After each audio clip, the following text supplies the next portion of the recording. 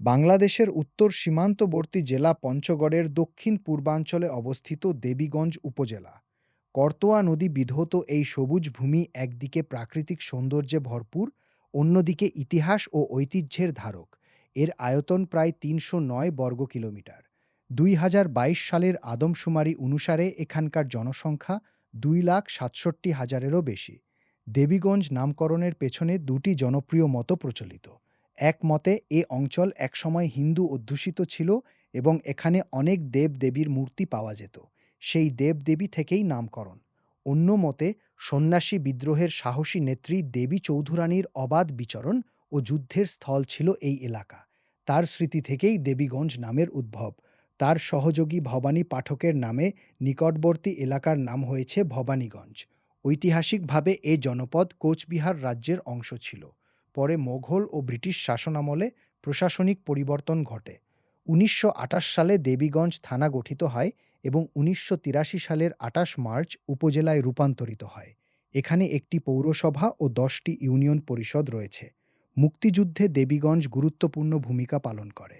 ১৯৭১ সালের নভেম্বর মাসে ডিয়া গাড়িতে পাক বাহিনী ১৮ জন নিরীহ মানুষকে হত্যা করে। ৮ ডিসেম্বর উপজেলা শত্রুমুক্ত হয়। প্রকৃতির অপার লীলা এখানে ছড়িয়ে আছে। করতোয়া, আত্রাই, পাথরিয়া সহ প্রায় ১০টি নদী প্রবাহিত। সুন্দর দিঘি সহ বেশ কয়েকটি প্রাচীন দিঘিও রয়েছে।